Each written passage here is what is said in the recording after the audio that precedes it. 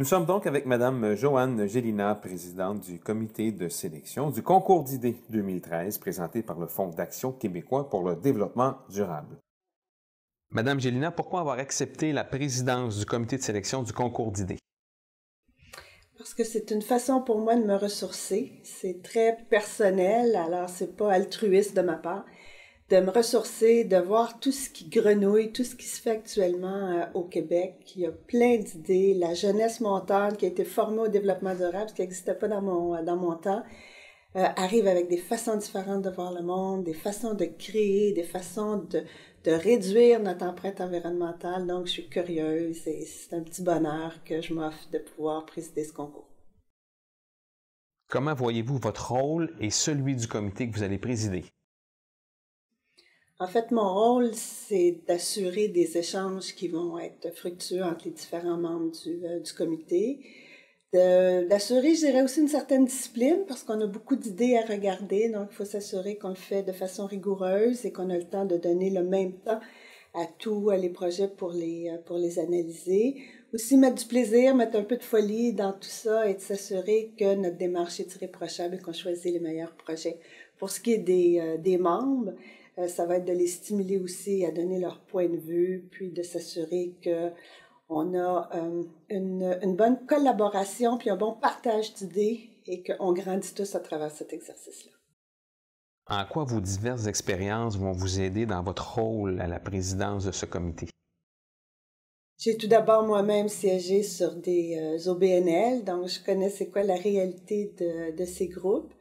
Par la suite, j'ai une expérience variée, plusieurs années dans le secteur public, donc je connais les besoins du secteur public pour faire évoluer le développement durable et aussi la réalité du secteur privé, autant la consultation et la relation avec des clients de différentes natures dans le secteur privé me donne sûrement un avantage au niveau de la perspective globale de ce qu'on a de besoin pour faire avancer le développement durable. Du moins, je l'espère. Qu'est-ce qui vous anime, qui vous attire dans le concours et dans le rôle qu'on vous a confié? Qu'est-ce qui m'anime? Très certainement, parce que le concours est particulier, on va choisir des idées et ensuite, on va cheminer avec les projets pour les mener à terme. Et c'est peut-être rendu à cette étape de ma vie où je suis plus en observatrice, où j'ai l'impression que je vais pouvoir contribuer à quelque chose qui me plaît beaucoup maintenant, qui est le mentorat. Donc, avec mon bagage et le bagage des membres du comité, on va pouvoir amener des idées à se structurer, à se déployer, à être des idées qui sont riches, qui sont porteuses. Et souvent, les groupes, les OBNL n'ont pas nécessairement le support nécessaire pour aller de l'avant avec des projets, mais là, on veut les accompagner dans la réussite de ces idées initiales, mais qui vont devenir des projets structurants, j'en suis convaincue. La question suivante n'était pas prévue, mais vous avez parlé des membres du comité. Vous vous en souvenez un petit peu des gens qui vont être sur le comité? Si vous aviez à le qualifier, le comité? Le FAQDD a choisi vraiment des gens de toute discipline, des gens qui ont une réputation dans leur domaine et ça donne beaucoup de crédibilité au comité lui-même. Donc, les idées qui vont être retenues vont avoir été sanctionnées, pourrait-on dire, par des gens qui sont très forts dans leur domaine et qui sont dédiés aussi au développement durable. Donc, ça va être un plaisir de passer une journée avec ces gens-là. Si on revient au concours d'idées, comment vous percevez cette initiative du FAQDD? C'est une très belle initiative en ce sens qu'elle donne la parole aux coopératives. Le mouvement coopératif est très important au Québec et c'est une belle reconnaissance de leur importance et aussi aux OBNL pour être capable de développer des projets structurants, des projets qui vont être capables d'être reproduits ailleurs au Québec et qu'on puisse générer de la valeur à partir de ces initiatives-là. Et ça, je trouve que c'est un plus. On a eu trop souvent des initiatives un peu isolées et on ne construit pas sur la richesse des initiatives qu'on met de l'avant. Et je pense que le FAQDD, de par son initiative qui se veut rassembleuse, on va pouvoir faire des petits en bon français à partir de cette initiative-là. À partir de votre bagage, puis de ce que vous observez sur le terrain, de ce que vous savez, de ce que vous sentez, à quoi vous attendez-vous du concours? À quoi on peut s'attendre? Très certainement des belles surprises. J'ai présidé un autre concours récemment et je suis sortie de cette expérience-là avec ce que j'appelle l'effet wow. Je me suis dit, wow, il y a des choses qui se passent qu'on n'est pas au courant, on est toujours en train de courir, on est à la course. Et là, prendre le temps de s'asseoir puis de voir les idées qui sont en train de foisonner, de générer dans la nouvelle génération, les 25, 30 ans, les 18 ans, même les plus jeunes, c'est quelque chose qui, de toute évidence, m'allume, m'excite, me passionne. Et bon, qu'on puisse aussi passer le message qu'il se passe plein de trucs au Québec en développement durable et qu'on est en avant de la parade. Dans le même esprit, trouvez-vous que les notions de développement durable sont claires, bien comprises et surtout bien appliquées par le grand public?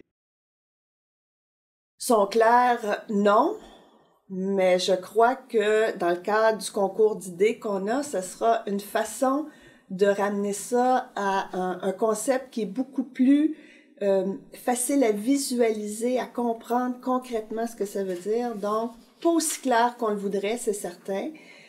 Il faut démontrer, et ça c'est un aspect important, de démontrer à quel point tous et chacun d'entre nous, dans nos comportements de tous les jours, on contribue à des comportements responsables qui sont inspirés des principes du développement durable. On a à trouver des exemples qui font en sorte que les gens disent « Oui, quand je fais ça, j'ai une approche responsable. Je suis un citoyen qui fait des actions qui ont un impact sur le bien-être de la collectivité et sur le bien-être de l'écosystème. »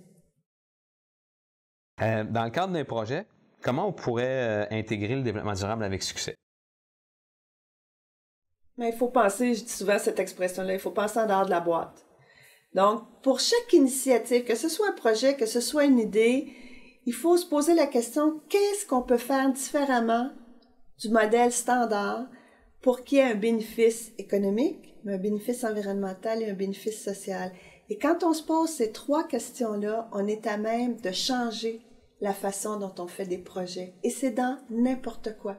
Que ce soit au niveau des achats, que ce soit au niveau de l'approvisionnement, que ce soit au niveau de l'efficacité énergétique, que ce soit au niveau des dons et commandites, c'est autant d'éléments, et je donne juste quelques exemples ici, où on doit avoir toujours cette réflexion qui n'est pas naturelle, on s'entend encore aujourd'hui, mais se poser ces questions-là, comment on peut faire mieux pour que tous en bénéficient, y compris la planète, les citoyens, évidemment, le développement économique, parce qu'il ne faut pas se leurrer, sans développement économique, il n'y a pas de durabilité. Donc, ce n'est pas un élément qu'on doit occulter, mais c'est une partie des trois composantes du DD qu'on répète toujours, qui doit être pris en considération, mais il faut se poser les bonnes questions. C'est là qu'on fait une différence au niveau du design des projets. Alors, dernière intervention, si vous aviez un message à adresser directement aux organisations qui travaillent actuellement.